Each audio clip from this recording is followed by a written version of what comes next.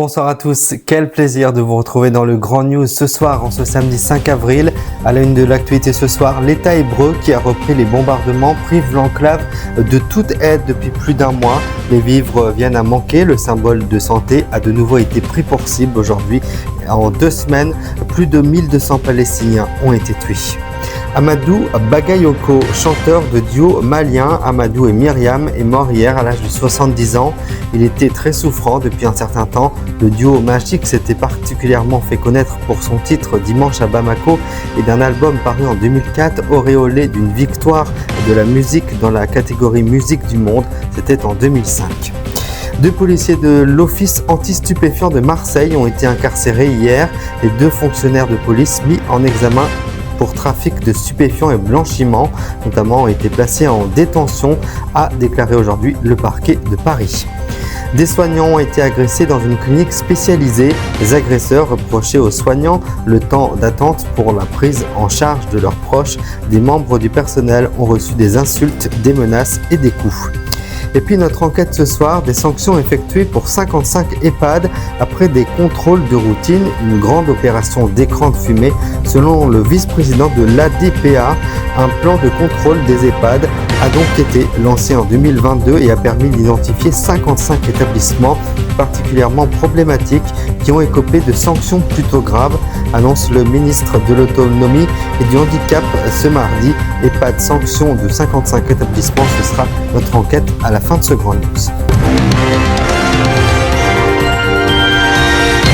Chaque jour, Basel Alela marche des kilomètres dans les rues défoncées de Gaza pour récupérer 1 ou 2 gallons d'eau.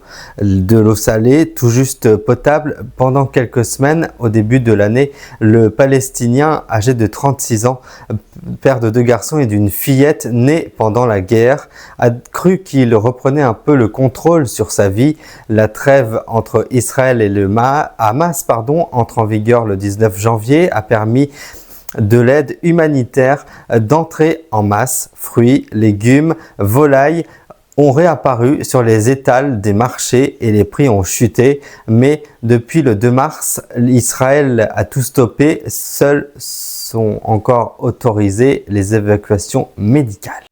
Des soignants d'une clinique de Villeurbanne en banlieue lyonnaise ont été agressés par la mère et le fils d'un patient qui seront jugés lundi en comparution immédiate, a-t-on appris ce samedi auprès de la préfecture du Rhône et du parquet.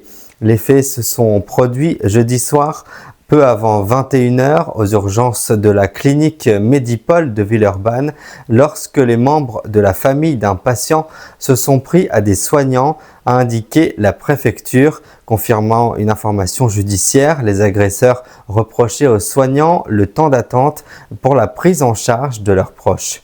Des membres du personnel ont reçu des insultes, des menaces et des coups violents. Selon une source proche du dossier, au moins 3 soignants ont été blessés. Amadou Bagayoko, chanteur de duo de musiciens Amadou et Myriam, est mort à Bamako hier à l'âge de 70 ans. On a annoncé sa famille, le ministre de la Culture malien aussi à l'agence France Presse.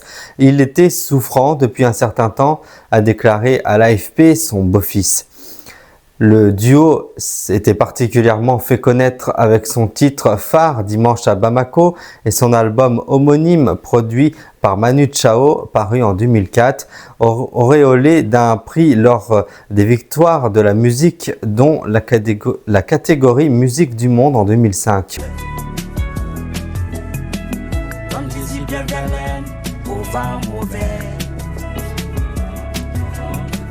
Je suis venu te dire que je m'en vais. Tu te souviens de jours heureux et tu pleures. Tu sanglotes, tu gémis à présent, car sonne l'heure. Les 2 policiers de l'antenne de l'Office anti-stupéfiants de Marseille, mis en examen hier pour trafic de stupéfiants et blanchiment à Paris, ont été incarcérés, a fait savoir ce samedi 5 avril le parquet de Paris et la juridiction de prudence et de la lutte contre la criminalité organisée sollicitée par l'agence France Presse. L'un d'eux a été placé en détention provisoire par un juge des libertés et de la détention conformément aux réquisitions du parquet qui soulignait le risque de concertation. L'autre a demandé un débat différé et il a été incarcéré d'ici à sa tenue, a précisé le parquet. Selon le ministère public, les investigations ont révélé des échanges entre des policiers et d'autres personnes portant la cession d'au moins 360 kg de cocaïne en dehors de tout contrôle hiérarchique et sur la dissimulation des quantités réelles arrivées sur le territoire lors d'une livraison surveillée de drogue survenue et tout droit de la Colombie. C'était en 2023. Le plan des contrôles des EHPAD lancé après le scandale Orpea en 2022 a permis d'identifier 55 personnes qui ont écopé de sanctions plutôt graves lancées en 2022 en réponse au scandale Orpea pour recréer la confiance. Le vaste contrôle des EHPAD français a permis d'identifier 55 structures particulièrement problématiques qui ont écopé de sanctions graves. Selon la ministre chargée des Transports et de la Sécurité, il a été décidé soit la fermeture immédiate de l'établissement, soit la mise sous tutelle pour des faits graves de maltraitance, de dysfonctionnement important et de problèmes de prise en charge de soins des personnes âgées, précise la ministre de l'Autonomie. EHPAD sanction de 55 établissements. C'est notre enquête ce soir et elle a été préparée par toutes nos équipes. Regardez.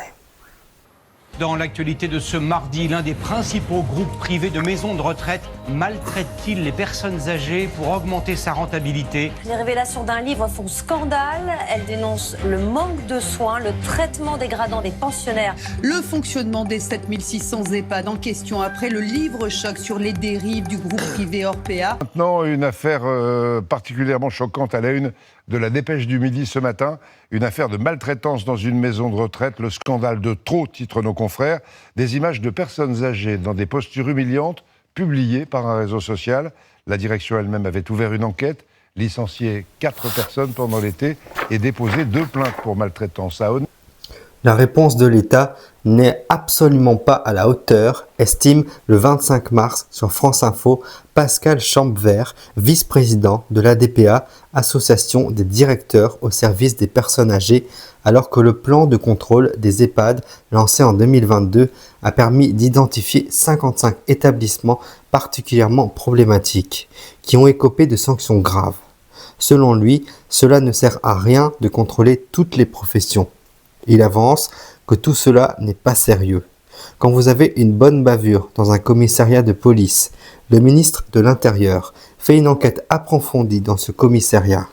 Il ne contrôle pas tous les commissariats de police, les gendarmeries et les gardes champêtres. Selon lui, les ARS, les départements connaissaient ces 55 établissements sanctionnés avant de faire cette grande opération d'écran de fumée noire. L'État essaie de faire croire que suite à l'affaire Orpea, il n'est responsable de rien. Pour cacher le fait que l'État est largement responsable de l'ensemble des situations dans les établissements, il contrôle toute la profession, soit 80% des établissements sont des établissements publics ou associatifs dont l'entièreté du budget est contrôlée par les pouvoirs publics et décidée par les pouvoirs publics. Il affirme également que des choses ont changé depuis le scandale d'Orpea en 2022. La plupart des établissements publics et associatifs ont vu leur budget baisser. Selon Pascal Champvert, l'État met des établissements encore plus en difficulté qu'auparavant. En 2006, le Premier ministre de l'époque, Dominique de Villepin, disait qu'il fallait 8 professionnels pour 10 personnes âgées dans des établissements. 20 ans après, il est à peine à 6 pour 10 personnes âgées. L'État n'a pas tenu ses promesses. Il essaie de faire croire que des difficultés patentes du secteur sont la responsabilité des professionnels. Résultat des courses, aujourd'hui, il nous dit que 0,8% des professionnels ne font pas leur travail. Le vice-président de l'ADPA estime que le gouvernement doit mettre en place une loi grand âge, comme l'avaient promis Nicolas Sarkozy et François Hollande lorsqu'ils étaient présidents de la République, et comme l'avait promis Emmanuel Macron, rappelle-t-il en pointant du doigt le manque d'ambition des pouvoirs publics. Il affirme que les choses ont empiré dans la plupart des établissements et des services à domicile, avançant donc que 80% des établissements publics et associatifs sont aujourd'hui en déficit et que le secteur ne cesse de s'appauvrir. Enfin, il constate qu'aujourd'hui, la crise se double d'une nouvelle crise. Compte tenu du manque de professionnels, les difficultés des salariés au quotidien font que certains d'entre eux s'en vont et que de moins en moins de salariés veulent venir travailler dans le secteur de l'aide aux personnes âgées, et ce, alors que c'est un métier merveilleux. Voilà, et puis avant de refermer le Grand News, je vous en rappelle l'une des principales informations. Nous avons appris hier la disparition d'Amadou Bagayoko, chanteur de duo malien Amadou et Myriam, qui est décédé à l'âge de 70 ans.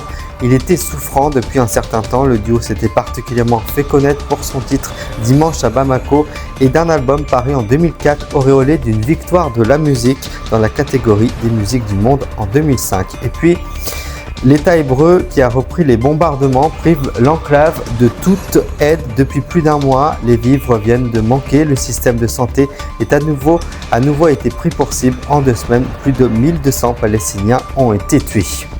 Puis prochainement, je vous raconterai lors d'une émission un petit peu spéciale le naufrage de l'Erika en 1999.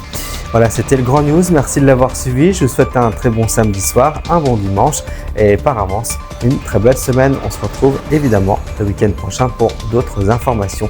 Merci de nous rester fidèles.